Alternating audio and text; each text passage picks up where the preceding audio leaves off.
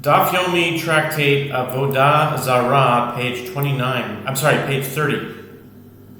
Really, it is page 29 because it starts from page 2, but it's Avodah Zarah, page 30. It's known as page 30.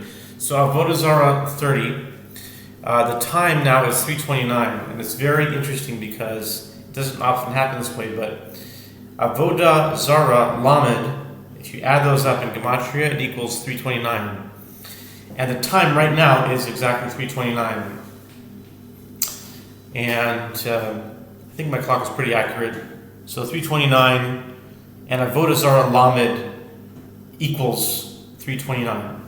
Avodah Zarah equals 299 and Lamed is 30, so 30 and 299 is 3:29.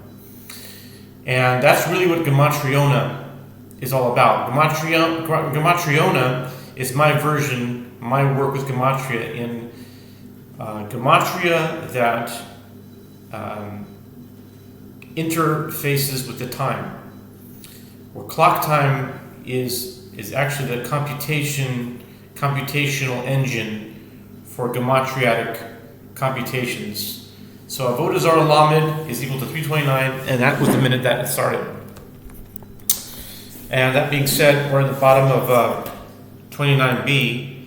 I was talking about cooked wine belonging to Gentiles that was originally uncooked. It was prohibited. And then it was asked, isn't that obvious?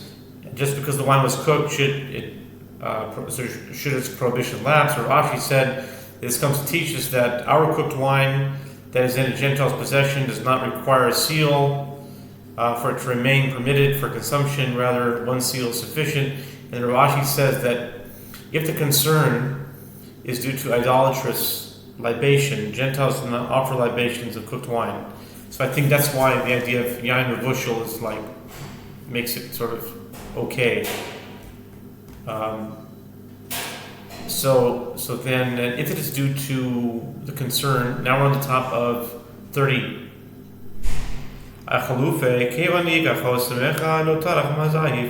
If the concern was that a Gentile may secretly exchange his wine with the wine of a Jew, since there is one seal, the Gentile will not exert himself and forge a different seal in order to facilitate the exchange. Okay? That's that. So the Gemara starts a new idea now. The Gemara discusses the halacha with regard to various types of wine. Tana Rabbanan, yain nevushal ve'aluntis shel goyim asurin. Aluntis kiberaiso muteres ve'enahu aluntis keditnan gabisha v'zoisen anomalin ve'enosin aluntis ve'ezo hi anomalin ve'ezo aluntis anomalin yain udvash upilpelin aluntis yain yashan umayim tzilulin ve'afar simon de'avdi lebe masuda. The Gemara discusses the halacha with regard to various types of wine. The sages taught cooked wine and alunit of Gentiles are prohibited, but already prepared alunit that was made by a Jew before it entered the Gentile's possession is permitted. The Gemara asks, and what is alunit?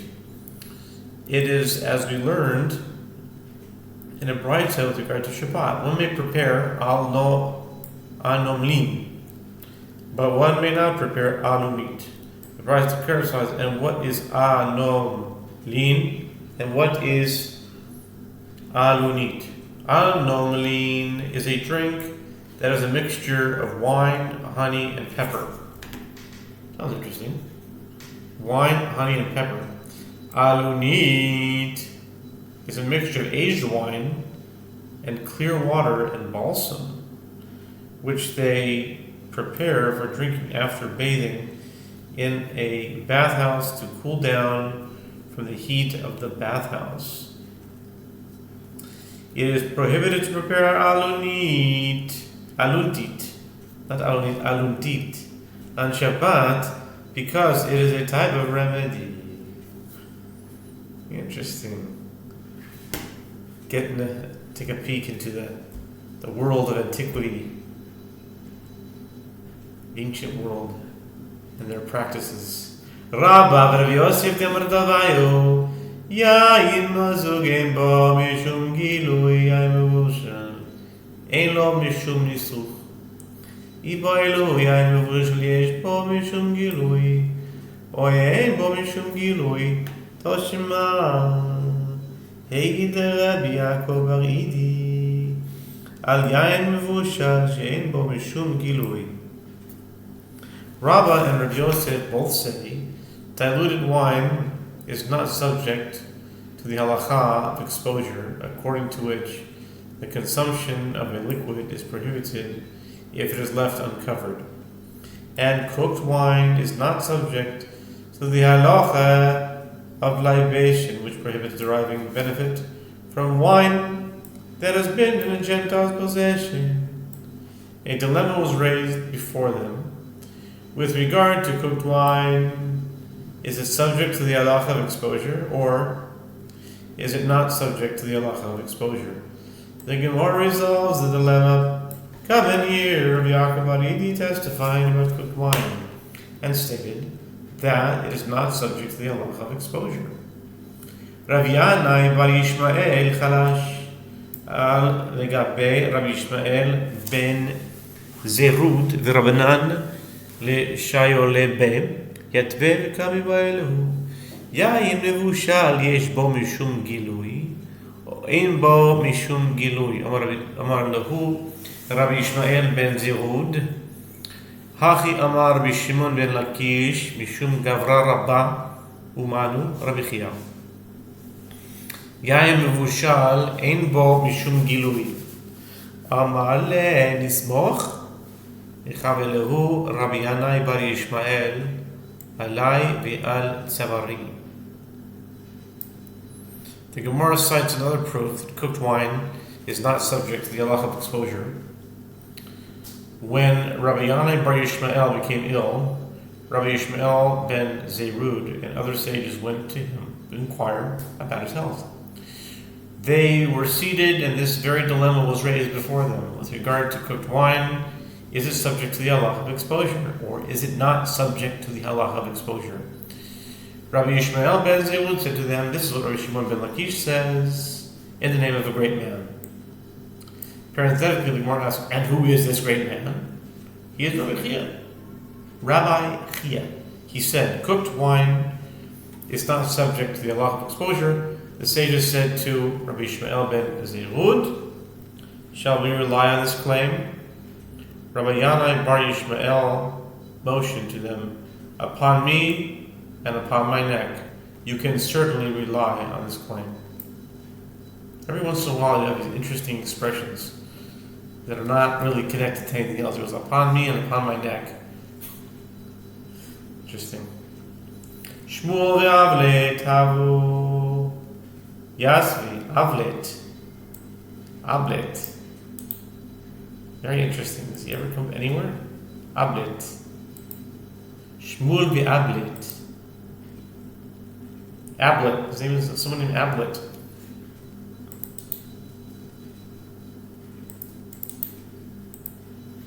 Okay.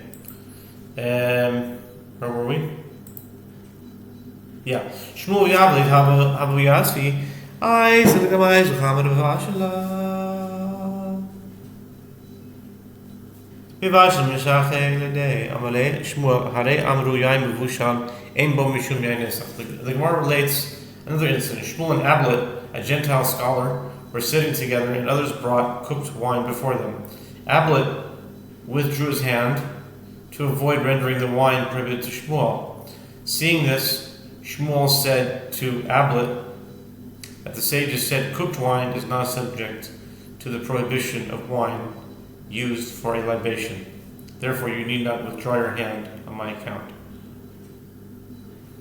Amte de Rabbi Chiya itgal gavli la ahu chamra bevashla atai lekamed Rabbi Chiya amar la hare amru yain mevushal in bo mishum gilui sham'e de Rav Ada bar Ahava Igali le chamra miziga amar le hare amru yain mazug ein bo mishum gilui. The Gemara cites yet another incident where Chia's maidservant noticed that a certain container of cooked wine had become exposed. She came before Rabbi Chia, who said to her that the sages said cooked wine is not subject to the halacha of exposure. Similarly, Rav Ada bar Ahava, attendant, noticed a certain container of diluted wine had become exposed. Rav Ada bar Ahava said to him that the sages said diluted wine is not subject to the halacha of exposure. Amar Papa, lo amar nela de mazig tuva, av mazig velo mazig shate, mazig velo mazig mishate, veha Rabba bar Rav Huna, have ka'azil be'arba, vehava nakit chamra yade, vechaze lahahu chivya ditzare de'ate. Amar le dishma'e, Sami eina diden shakil kali maya shedabe besar la'achore. Rav Papa said, we said wine is not subject to the halacha of exposure only in the case where it was well diluted. But where it was only partially diluted, a snake might still drink from it, and therefore it is prohibited. The Gemara rejects this claim. And is it correct that a snake drinks partially diluted wine? But wasn't Rabba bar Rav Huna once traveling on a ship while carrying a jug of wine with him, and he saw a certain snake that slithered and approached the wine? He said to his attendant, remove the eyes of the servant. Remove the eyes of the servant. He can do something that will cause the snake to leave. The attendant took a bit of water and threw it in the wine,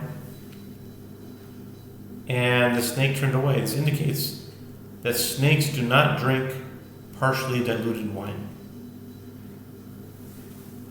The Gemara rejects this conclusion. For undiluted wine, a snake will risk its life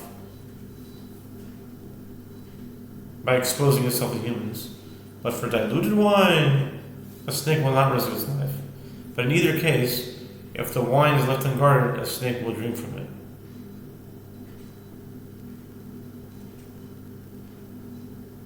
Yamaziga lo masar nafshe, yaharabi yanai, have be'achbore, amrile barhedia, have be'achbore.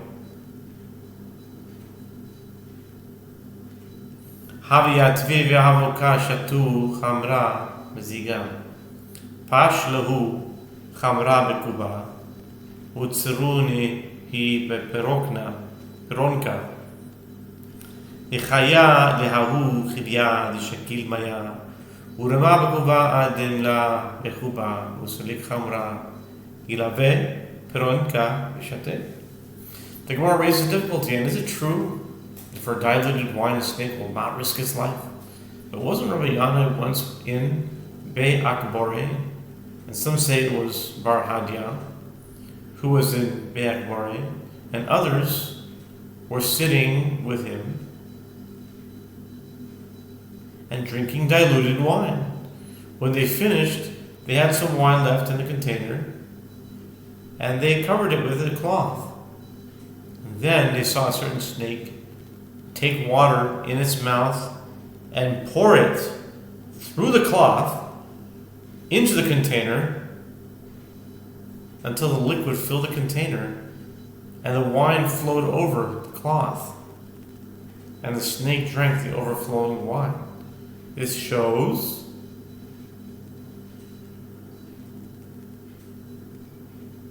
that a snake will risk its life to drink diluted wine. How did a snake take water in its mouth and pour it through the cloth into the container until it overflowed and then it drank that? Wow, what a visual. That'd be a cool chart to see from America's Daf Yomi.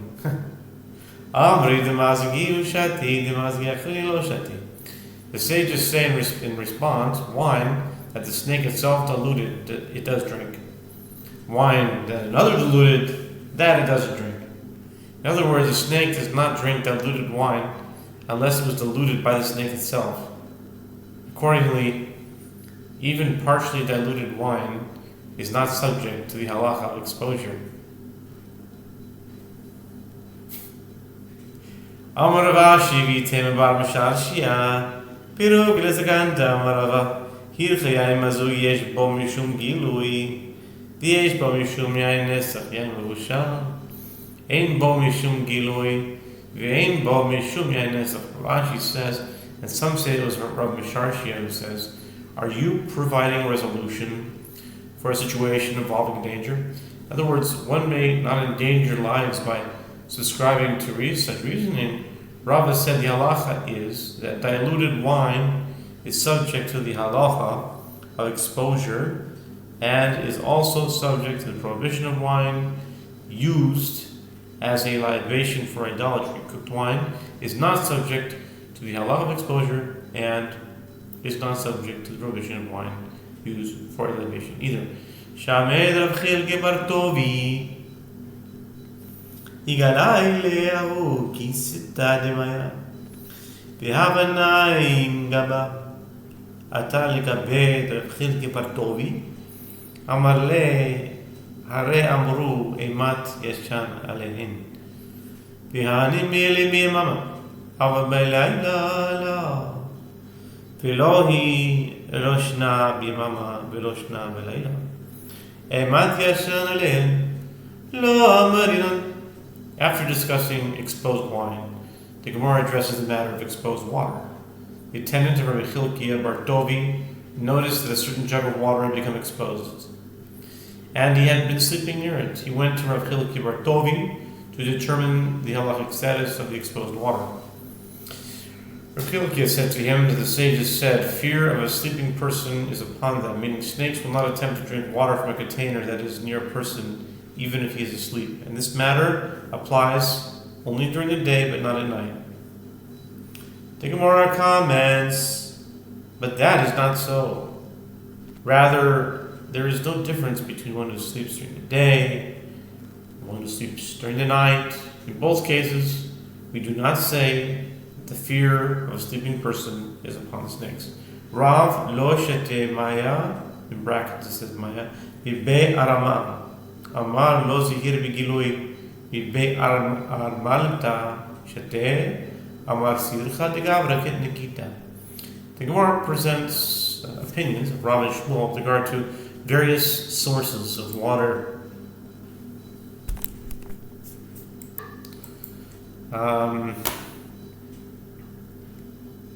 Sources of water.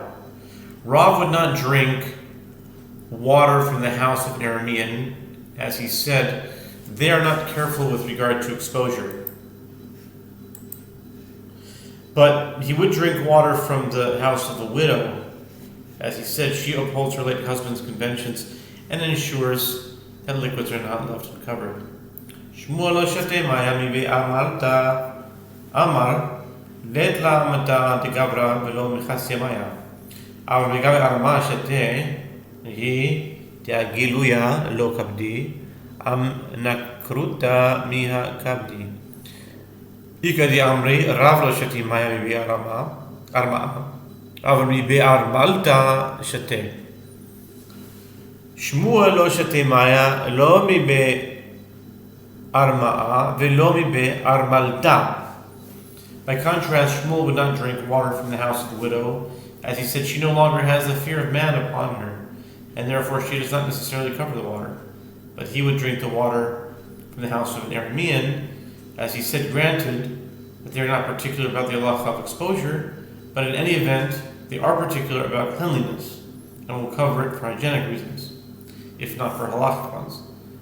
The Gemara cites a different version. Some say that Rav would not drink water from the house of an Aramean, but he would drink water from the house of a widow. Shmuel would not drink water either from the house of an Aramean or from the house of a widow. Amar Yehoshua ben Levi, shalosh yenotin, en b'ayam mishum gilui, ve'elohen chad mar matok chad tila charifa timatzari zika mar yar naka matok chilu chulia. Rav Chama masni le'eluya chad chamar pilbelin mar sinkin matok mi bar. Rabbi Yehoshua ben Levi says there are three kinds of wines that are not subject to the halacha of exposure, and they are sharp, bitter, and sweet wines. Sharp is referring to acrid wine that cracks the jug due to its acidity. Bitter is referring to yaraneka. Sweet is referring to sweetened wine. These three wines that Rabbi Yehoshua ben Levi says are not subject to the halacha of exposure are all of low quality. Rav Chama teaches that the three wines are of high quality. Sharp is referring to wine mixed with peppers. Bitter is referring to wine mixed with wormwood. Absinthe.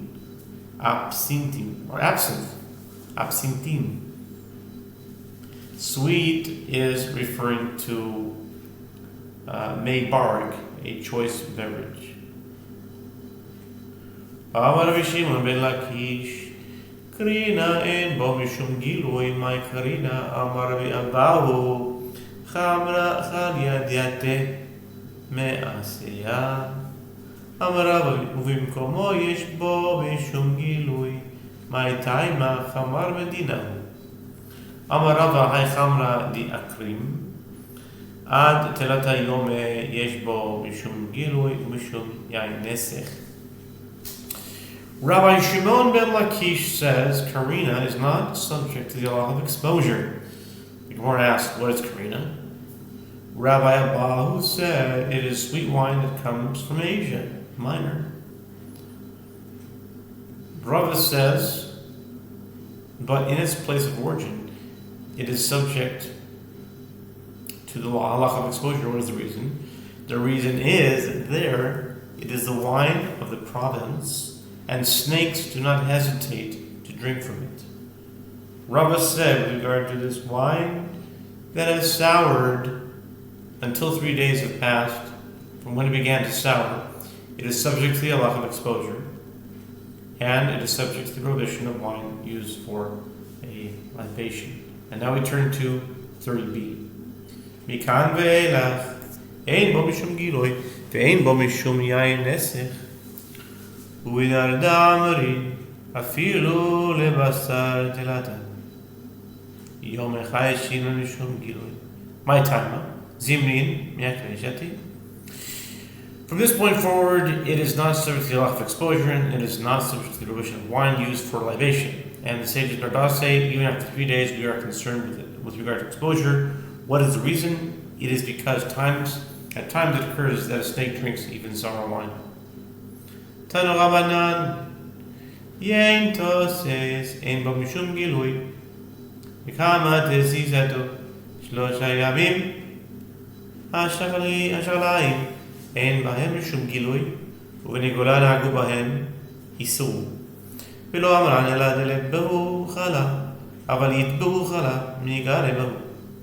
The Gemara discusses the halacha of exposure with regard to various foods and beverages. The sages taught wine that is still fermenting is not subject to the halacha of exposure. And how long is its fermentation process? It is 3 days.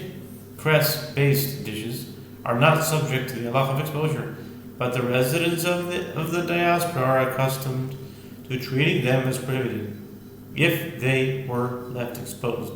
And we said this only in a case where the dishes do not contain vinegar. But if they do contain vinegar, the vinegar repels the snakes, and in such a situation, even the inhabitants of the diaspora do not treat them as prohibited. Kuta Chabavli. This is the famous Kuta Chabavli. I know what that is from the Rebbe Stefansky, Daf Yomi shir. It's basically moldy bread and sour milk, basically. This was like a delicacy back then. Oh my goodness. Kuta Chabavli, Ein bo mishum giloi, mibnei gola nahagu bo iser. Isser Amarav Menashi Menashe, Eat be Nekure Chayshinan, Amar Rav Chia Bar Ashi, Amar Shmuel, Me Tif, Ein Bo Mishum Giloi, Amar Vashi, Yahu, David Tif, Le'adeh Tif. The Gemara continues Babylonian kutach, a popular dip, is not subject to the halacha of exposure, but the residents of the diaspora are accustomed to treating it as prohibited. Rav Menashe said, if the kutach has indentations in it, we are concerned that they are from a snake's fangs and therefore prohibited. Rav Ashi says that Shmuel says dripping water is not subject to the halacha of exposure while it is being collected. Rav Ashi said that it is the halacha only in a case where dripping occurs one drop immediately after another, meaning continuously, as the snake will not drink from it in that circumstance. Amar Rav Chia bar Ashi Shmuel Piteinaim bo mishum gilui keman ki haytana de'tanya Rabbi Eliezer Omer Ochel amalei muteinim v'layla v'nechosh mishum shenemar shomim b'sleim Hashem. Rav Chia bar Ashi says that Shmuel says the mouth of a fig is not subject to the halacha of exposure in accordance with whose opinion is stated. It is stated in accordance to the opinion of the Tana as it is taught in the Braita that Rabbi Eliezer said a person may eat grapes and figs at night, and he need not have cause for concern, as it is stated, the Lord preserves the simple. Psalms 116:6. This verse teaches that one need not fear that harm might befall him when he engages in commonplace activities.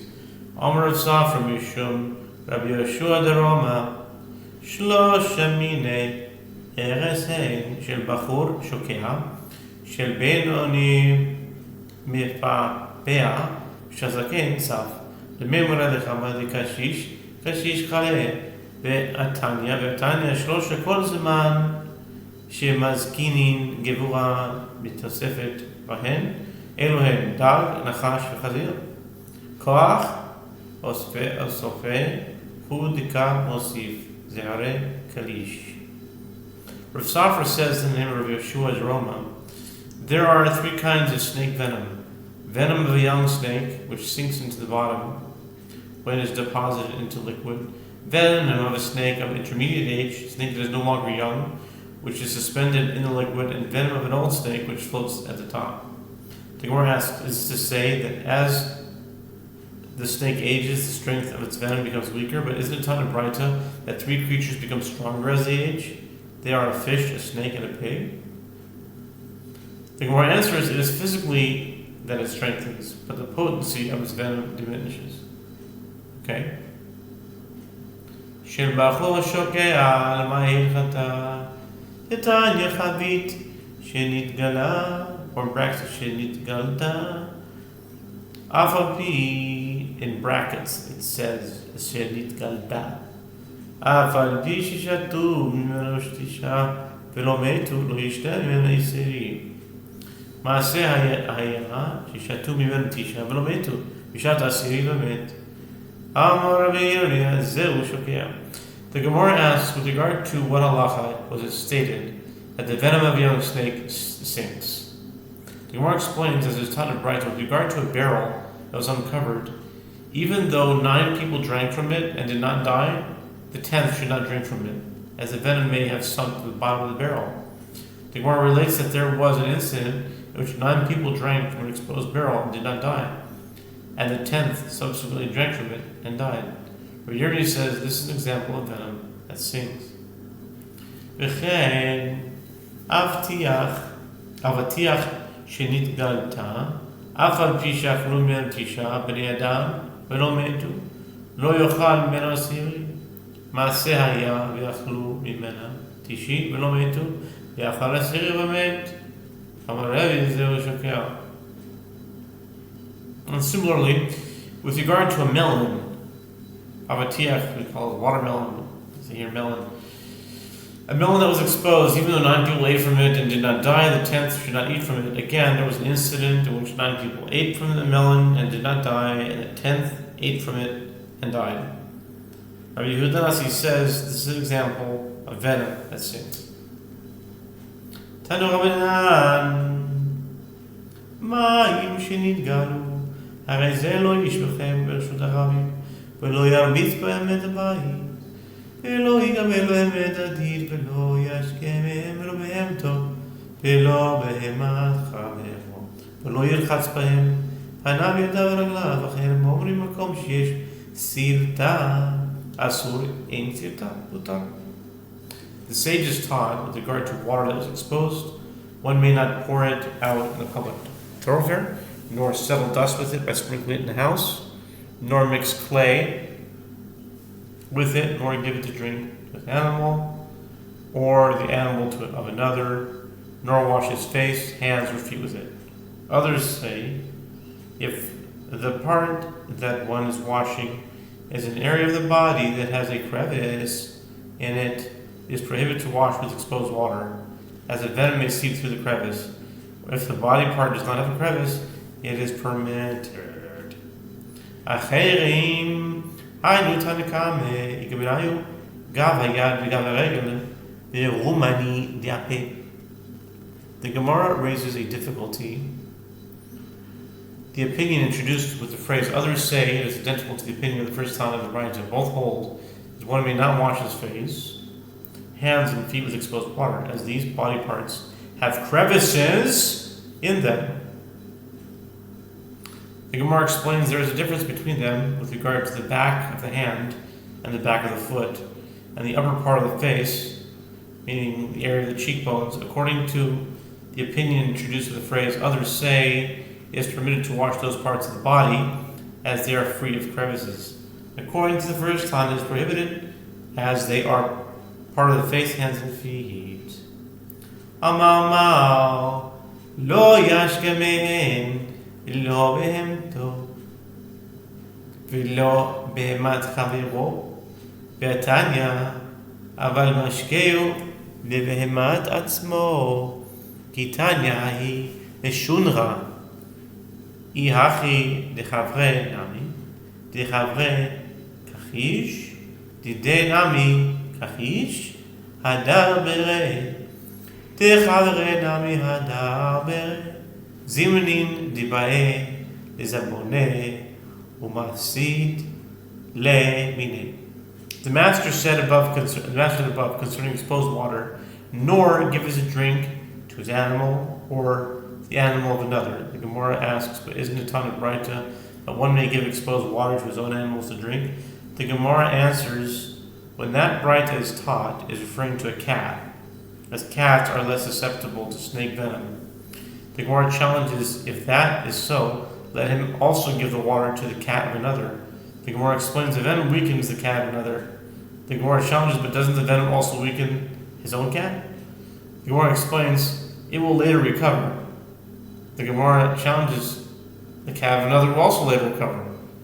The Gemara explains, although both will eventually recover, there are times that the owner wishes to sell the cat and loses potential profit from the cat's current weakness. Okay. Amar Ravasi, Amar Yochanan Mishum Rabbi Yehuda b'Mesera, Shlosh Yenosen, Yain Nesach Asur b'Hanaa, U'Mitame Tumah Chamor U'Bechazayis. Ravasi says that Rabbi Yochanan says, and the name of Rabbi Yehuda ben Betera, there are 3 kinds of prohibited wines. It is prohibited to derive benefit from wine used for a libation, and the wine imparts severe ritual impurity when it has the volume of an olive bulb.